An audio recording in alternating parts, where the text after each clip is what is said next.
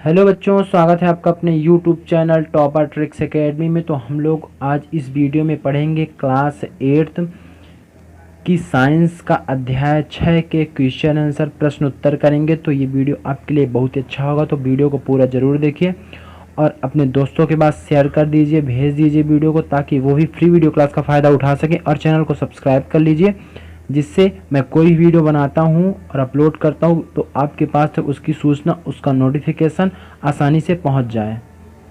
तो आपके अध्याय 6 का शीर्षक क्या था? दहन और ज्वाला। हम लोग एक वीडियो में पढ़ चुके हैं इस पाठ के बारे में, वो बहुत अच्छा वीडियो था। उसको हम लोग इस पाठ को टोटल उस वीडियो में समझे थे, जो भी टॉपिक हैं समझने लायक इस पाठ में अध्याय में आपके, तो उस वीडियो को भी आप लोग देखिए।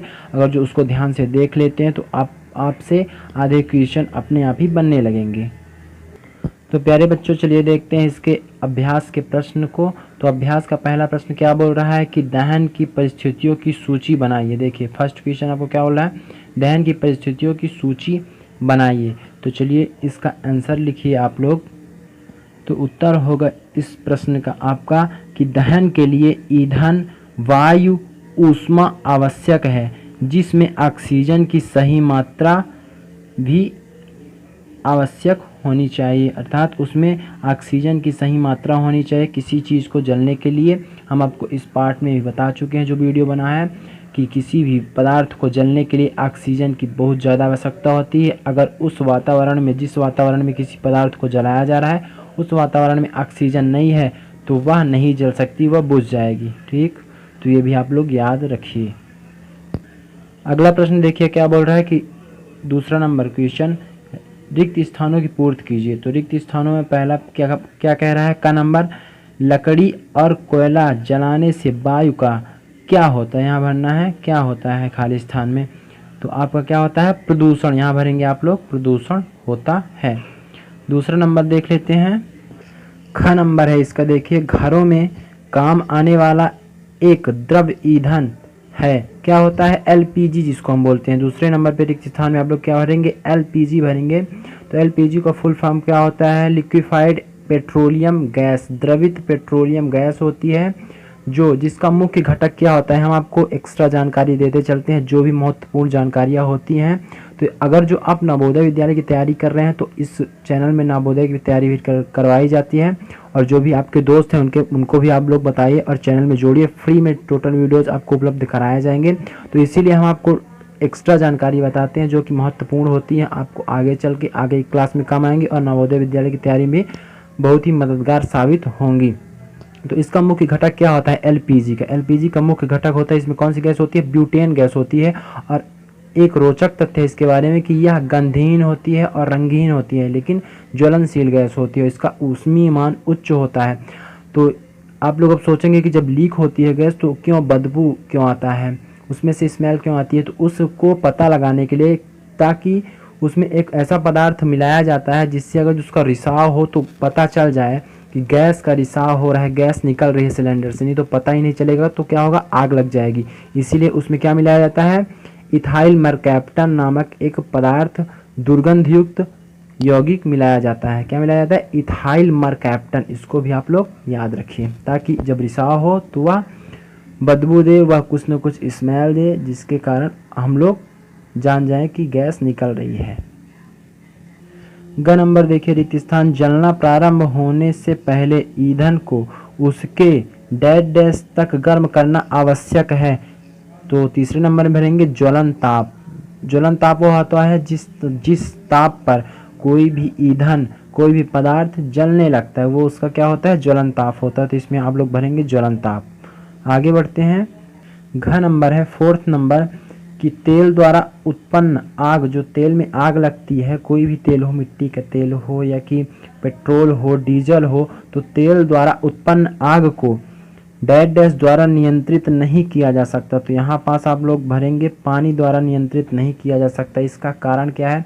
इसका कारण हम आपको बता चुके हैं वीडियोस में, जो पिछला वीडियो बना है इसी का डिटेल वीडियो इस पार्ट का। तो अब भी बता देते हैं एक बार कि इसलिए नहीं होता है क्योंकि क्या होता है? तेल पानी से हल्का होता है, तो जो पानी डाला जाता है उसमें, तो तेल पानी की ऊपरी सतह पे आ जाता है और उसमें कोई भी प्रभाव नहीं पड़ता, वो तब भी जलता ही रहता है। अगर जो पानी डाल दिया जाए तब भी वो जलता ही रहता है। तीसरा नंबर प्रश्न अब देखते हैं। तीसरा नंबर प्रश्न क्या बोल रहा है, समझाइए कि मोटर वाहनों में सीएनजी के उपयोग से हमारे शहरों का प्रदूषण किस प्रकार कम हुआ है। तो इसका आंसर होगा बच्चों कि मोटर वाहनों में ईंधन के रूप में डीजल और पेट्रोल का स्थान अब सीएनजी ले रहा है। सीएनजी का फुल फॉर्म क्या होता है, संपीड़ित प्राकृतिक गैस, अर्थात इंग्लिश में कॉम्प्रेस्ड नेचुरल गैस होता है। इसका मुख्य घटक क्या होता है, मीथेन होती है। इस गैस में कौन सी गैस होती है, मुख्यतः मीथेन गैस होती है। तो आगे देखते हैं इसका आंसर, स्थान सीएनजी ले रही है क्योंकि सीएनजी सल्फर और नाइट्रोजन के ऑक्साइडों का उत्पादन अल्प मात्रा में करती है, जिससे प्रदूषण बिल्कुल भी नहीं फैलता वातावरण में। पेट्रोल जलने के दौरान बिना जले कार्बन कण छोड़ते हैं जो दमा जैसे श्वास रोग उत्पन्न करते हैं, जबकि सीएनजी इस प्रकार के कोई कण नहीं छोड़ती। अतः सीएनजी एक अधिक अच्छा ईंधन है हमारे मोटर वाहनों के लिए और हमारे पर्यावरण को स्वच्छ बनाए रखने के लिए। चौथा प्रश्न देखते हैं, फोर्थ नंबर क्या बोल रहा है, ईंधन के रूप में एलपीजी और लकड़ी की तुलना कीजिए। दोनों में अंतर बताना है आपको। तो देख लेते हैं, एक तरफ आप लिखेंगे एलपीजी, दूसरी तरफ लिखेंगे लकड़ी। तो फर्स्ट नंबर इसमें क्या है, पहला उत्तर होगा आपका, इसका ऊष्मीय मान बहुत ऊंचा होता है। किसका, एलपीजी का ऊष्मीय मान बहुत ऊंचा होता है। लकड़ी की ओर क्या लिखेंगे, इसका ऊष्मीय मान एलपीजी की तुलना में कम होता है। दूसरा नंबर देखिए, एलपीजी का ज्वलनांक कम होता है, इसलिए इसे जलाने के लिए अधिक ऊर्जा व्यय नहीं करनी पड़ती है। लकड़ी की तरफ क्या लिखेंगे, लकड़ी का जलनांक बहुत अधिक होता है, इसलिए इसे जलाने के लिए पहले अधिक ऊर्जा व्यय करनी होती है। आप लोगों को मालूम होगा कि अगर जो गैस में आग लगाना है, ज्वलनांक का मतलब क्या हुआ, ज्वलन ताप, अर्थात उसको जलाने के लिए जितने ताप की आवश्यकता होती है। एलपीजी में आग लगाने के लिए आप लोग लाइटर मारते हैं और उसमें आग लग जाती है, तो उसको कितनी कम ऊष्मा कितनी कम ऊर्जा और ऊष्मा की आवश्यकता होती है। तो और लकड़ी को जलाने के लिए आपको बहुत सारा उसमें बहुत देर तक आग लगाने का प्रयास किया जाता है, तब जाके वो अच्छे से जलती है। तो वो इसका कहने का मतलब यही है। ठीक, थर्ड नंबर देखते हैं कि यह बिना धुएं किए जलती है, जिससे प्रदूषण नहीं होता है। कौन, एलपीजी। और लकड़ी की ओर यह धुएं के साथ जलती है, जिससे वायु प्रदूषण बहुत ज़्यादा होता है। फोर्थ नंबर अंतर क्या होगा, इसके जलने पर कोई विषैली गैस उत्पन्न नहीं होती है, जबकि लकड़ी के जलने पर CO2 तथा कम वायु में CO कार्बन मोनोऑक्साइड गैस, जो कि बहुत जहरीली होती है, ये उत्पन्न होती हैं।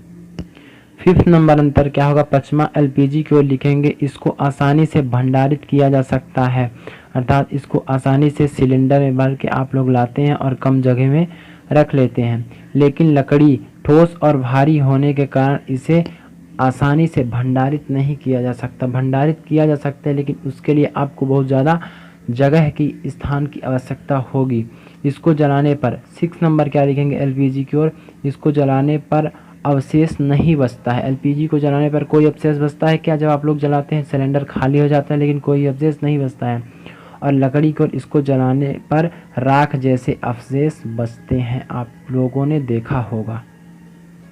तो प्यारे बच्चों, ये रहा आपके फोर्थ नंबर का आंसर। तो यदि आपको वीडियो अच्छा लग रहा हो तो जल्दी से अपने दोस्तों के पास ज़रूर शेयर कीजिए। आप लोग इतना मदद कीजिए और चैनल में ज़्यादा से ज़्यादा बच्चों को जोड़िए, चैनल को सब्सक्राइब कर लीजिए, इससे आपको बहुत ही फ़ायदा होने वाला है। अब आगे बढ़ते हैं, पांचवा प्रश्न देखते हैं। इसमें क्या करना है, इसमें कारण बताना है। पांचवा का नंबर क्या है, विद्युत उपकरण से संबंध आग पर नियंत्रण पाने हेतु जल का उपयोग नहीं किया जाता। क्यों नहीं किया जाता, आपको कारण बताना है। इसका उत्तर होगा, विद्युत उपकरणों से संबंध आग पर नियंत्रण पाने के लिए पानी का इस्तेमाल नहीं किया जा सकता, क्योंकि पानी विद्युत का क्या होता है, सुचालक होता है। वह क्या कर सकता है, विद्युत का चालन कर सकता है, अपने ऊपर से विद्युत का सुचालक होता है। और जब वह पानी किसी नग्न लाइट तार पर गिराया जाता है, अर्थात जब खुले तार पर गिराया जाता है, तो क्या होता है, तो पानी फेंकने वाले व्यक्ति को बहुत तेज विद्युत का झटका लग सकता है, जिससे उसकी मृत्यु भी हो सकती है। खुले तार में जिसमें विद्युत का चालन हो रहा है, अगर जो कोई व्यक्ति उसमें पानी डालता है, आग लगी हो, तो उसको बहुत तेज करंट लग सकता है, जिससे उसको बहुत ज़्यादा क्षति हो सकती है और मृत्यु भी हो सकती है। ख नंबर देखिए, एलपीजी लकड़ी से अच्छा घरेलू ईंधन है, क्यों? कारण बताना है। तो लिखेंगे एलपीजी लकड़ी से अच्छा ईंधन है क्योंकि एलपीजी का ज्वलनांक लकड़ी की तुलना में कम होता है, ऊष्मीमान अधिक होता है और यह लकड़ी के विपरीत प्रदूषण रहित ईंधन होता है, इसलिए एलपीजी लकड़ी से अच्छा ईंधन होता है। ग नंबर देखिए, पश्चिमे का ग नंबर क्या पूछ रहा है? कागज स्वयं सरलता से आग पकड़ लेता है जबकि एल्यूमीनियम पाइप के चारों ओर लपेटे गए कागज का टुकड़ा आग नहीं पकड़ता है। तो इसका हम लोग उत्तर लिखेंगे, क्या होगा इसका आंसर? लिखिए, हम जानते हैं कि एल्यूमीनियम एक धातु है और ऊष्मा का एक अच्छा सुचालक है। ऊष्मा का होता है और विद्युत का भी होता है। तो एल्यूमीनियम क्या है? ऊष्मा का एक अच्छा सुचालक है। एल्यूमीनियम धातु के चारों तरफ लिपटे कागज का ताप जब बढ़ने लगता है तो एल्यूमीनियम कागज से ऊष्मा को अवशोषित अर्थात खींच लेता है, अवशोषित करके कागज के ताप को उसके ज्वलन ताप से कम कर देता है। यही कारण है कि कागज स्वयं सरलता से आग पकड़ लेता है जबकि एल्यूमीनियम पाइप के चारों ओर लपेटा गया कागज का टुकड़ा आग नहीं पकड़ता है। यही होगा इसका आपका उत्तर। तो अगला प्रश्न क्या है बच्चों? 6वां नंबर क्वेश्चन की मोमबत्ती की ज्वाला का चिन्हित चित्र बनाइए। इसमें मोमबत्ती की ज्वाला का चित्र बनाना है, तो चलिए हम आपको चित्र दिखाते हैं, उसी तरह से आपको दर्शाना है लिख के और आप अपनी नोट्स में बनाना है। तो प्यारे बच्चों, आपको स्क्रीन में एक चित्र दिखाई दे रहा है, मोमबत्ती की ज्वाला के विभिन्न क्षेत्र हैं। तो आपको यही चित्र अपनी नोट्स में इतना बनाना है और यही दर्शाना है, ठीक। सबसे गर्म वाला भाग जो सबसे लाल होता है मोमबत्ती को जलाने पे, सबसे लाल जो होता है ऊपरी वो सबसे गर्म होता है। पूर्णदहन का वह भाग नीला जो सबसे नीला होता है वह सबसे गर्म होता है, और जो लाल होता है थोड़ा नीले वाले से कम ज्वाला होता है उसमें। तो यही चित्र आपको देख के बना लेना है, वीडियो को रोक के, उसके बाद आपको पुनः वीडियो चला के आगे देख सकते हैं आप। तो चलिए आगे बढ़ते हैं। 7वां नंबर प्रश्न देखते हैं क्या बोल रहा है। 7 नंबर, ईंधन के ऊष्मीमान को किस मात्रक द्वारा प्रदर्शित किया जाता है? तो आपके एग्जाम में मात्रक जरूर पूछते हैं, तो आप लोग इसको ध्यान में रखिएगा। तो ईंधन के ऊष्मीमान को किलो जूल प्रति किलोग्राम मापक द्वारा प्रदर्शित किया जाता है। अगला प्रश्न देखते हैं 8वां नंबर, समझाइए कि CO2 कार्बन डाइऑक्साइड किस प्रकार आग को नियंत्रित करती है। तो इसका उत्तर आप लोग लिखेंगे कि पेट्रोल और विद्युत उपकरण जैसे ज्वलनशील पदार्थों में लगी आग को बुझाने के लिए कार्बन डाइऑक्साइड अर्थात CO2 सबसे अच्छा अग्निशामक है। ऑक्सीजन की तुलना में अधिक भारी होने के कारण CO2 आग को एक कंबल की तरह लपेट लेती है, जिससे क्या होता है, ईंधन और ऑक्सीजन का संपर्क टूट जाता है। हम आपको बता चुके हैं किसी भी ईंधन को जलने के लिए उसमें ऑक्सीजन की बहुत ज़्यादा आवश्यकता होती है। तो क्या होता है, वह कंबल की तरह जब लपेट लेता है तो ईंधन और ऑक्सीजन का संपर्क टूट जाता है, अतः आग नियंत्रित हो जाती है। CO2 का एक अन्य लाभ यह है कि सामान्यतः यह विद्युत उपकरणों को हानि नहीं पहुँचाती है। तो यही आपके 8th नंबर का रहा आंसर। अब अगला प्रश्न देखते हैं 9वां नंबर क्या बोल रहा है। हरी पत्तियों के ढेर को जलाना कठिन होता है परंतु सूखी पत्तियों में आग आसानी से लग जाती है, समझाइए इसका कारण क्या है।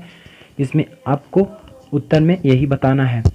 तो इसका उत्तर देखते हैं, हरी पत्तियों के ढेर को जलाना कठिन होता है परंतु सूखी पत्तियों में आग आसानी से लग जाती है, क्योंकि हरी पत्तियों में जल अधिक मात्रा में उपस्थित होता है जो हरी पत्तियों को जलाने के लिए दी गई ऊष्मा को अवशोषित करके वाष्पित हो जाता है और पत्तियों के ताप को उनके ज्वलन ताप तक बढ़ने नहीं देता है, जिसके कारण हरी पत्तियों में तब तक आग नहीं पकड़ पाती जब तक सारा जल वाष्पित अर्थात उसमें से हरी पत्तियों से निकल नहीं जाता, वाष्प बन के वाष्पित ना हो जाए और उनका ताप उसके ज्वलनांक जो होता है ज्वलनांक तक ना पहुंच जाए। सूखी पत्तियों में पानी नहीं होने के कारण वे जल्दी आग पकड़ लेती हैं, क्योंकि उनको जलने के लिए दी गई ऊष्मा उनके ताप को शीघ्र ही उनके ज्वलन ताप तक पहुंचा देती हैं और ये जलना शुरू हो जाती हैं। 10वां नंबर प्रश्न है अब आपका, सोने और चांदी को पिघलाने के लिए स्वर्णकार ज्वाला के किस क्षेत्र का उपयोग करते हैं और क्यों? तो उत्तर होगा इसका, सोने और चांदी को पिघलाने के लिए स्वर्णकार जो होते हैं, स्वर्णकार ज्वाला की नीली लौ वाले अदीप्त क्षेत्र अर्थात ज्वाला के सबसे बाहरी भाग का इस्तेमाल करते हैं। हमने आपको मोमबत्ती दिखाया था पिछले वीडियो में भी, इस वीडियो में दिखाया है कि मोमबत्ती का जो सबसे बाहरी भाग था, मोमबत्ती जब जलती है तो उसका जो सबसे बाहरी भाग होता है वो क्या होता है, नीले रंग का होता है। तो नीला वाला सबसे गर्म होता है, उसके बाद जो बीच का होता है पीला उससे कम गर्म होता है, जो सबसे नीचे होता है काला वो बिल्कुल भी थोड़ा सा हल्का फुल्का गर्म होता है, ज़्यादा नहीं होता। तो किसका इस्तेमाल करते हैं, नीले वाले अदीप्त क्षेत्र अर्थात ज्वाला के सबसे बाहरी भाग का इस्तेमाल करते हैं, क्योंकि ज्वाला का यह क्षेत्र सबसे गर्म क्षेत्र होता है और सोना एवं चांदी जैसी धातुओं का गलनांक अर्थात वह गल के द्रव अवस्था में जब होती है उसको क्या बोलते हैं, गलनांक बहुत अधिक होता है, इसलिए उन्हें पिघलाने के लिए अधिक ऊष्मा की आवश्यकता होती है। 11वां नंबर प्रश्न, अगला प्रश्न क्या बोल रहा है देखिए, एक प्रयोग में 4.5 किलोग्राम ईंधन का पूर्णतया दहन किया गया, उत्पन्न ऊष्मा का माप क्या हुआ, 18 अर्थात 1 लाख कितना हुआ, 1,80,000 किलो जूल था। ईंधन का ऊष्मीय मान परिकलित कीजिए, उसका ऊष्मीय मान ज्ञात कीजिए। तो इसको आप लोग कैसे करेंगे देखिए, सबसे पहले आपको क्या करना है, आप लोग इमेज में देखिए, इसमें आपको ईंधन की मात्रा दी गई है, कितना दिया है, 4.5 किलोग्राम और उसका उत्पन्न ऊष्मा कितना दिया, उत्पन्न ऊष्मा का माप कितना दिया गया है, 1,80,000 किलो जूल है। तो इसका सूत्र होता है ऊष्मीय मान बराबर होता है, ईंधन का ऊष्मीय मान बराबर उत्पन्न ऊष्मा का माप बटे ईंधन की मात्रा। तो जब आप लोग 1,80,000 में 4.5 का भाग देंगे तो आप लोगों का आंसर आ जाएगा 40,000 और 40,000 किलो जूल प्रति किलोग्राम, क्योंकि किलो जूल वाला ऊपर है और किलोग्राम वाला नीचे है, तो किलो जूल बटे किलोग्राम, तो उसको क्या बोलते हैं, किलो जूल प्रति किलोग्राम बोलते हैं। अर्थात 1 किलो उस ईंधन के 1 किलो भाग को जलाने पर 1 kg भाग को जलाने पर 40,000 किलो जूल ऊष्मा उत्पन्न होती है। अगला प्रश्न देखते हैं, 12वां नंबर क्या बोल रहा है कि क्या जंग लगने के प्रक्रम को दहन कहा जा सकता है, इसको समझाइए। तो इसमें आपका उत्तर क्या हो जाएगा, नहीं, जंग लगने के प्रक्रम को हम दहन नहीं कह सकते, क्योंकि दहन एक तीव्र प्रक्रम होता है जबकि जंग लगना एक धीमी प्रक्रिया है, इसलिए हम इसको दहन प्रक्रम नहीं कह सकते हैं। साथ ही दहन ऊष्मा के साथ साथ ज्वाला भी उत्पन्न करता है, जबकि जंग में केवल ऊष्मा उत्पन्न होती है, यही कारण है कि जंग लगने को हम दहन के प्रक्रम नहीं बोल सकते।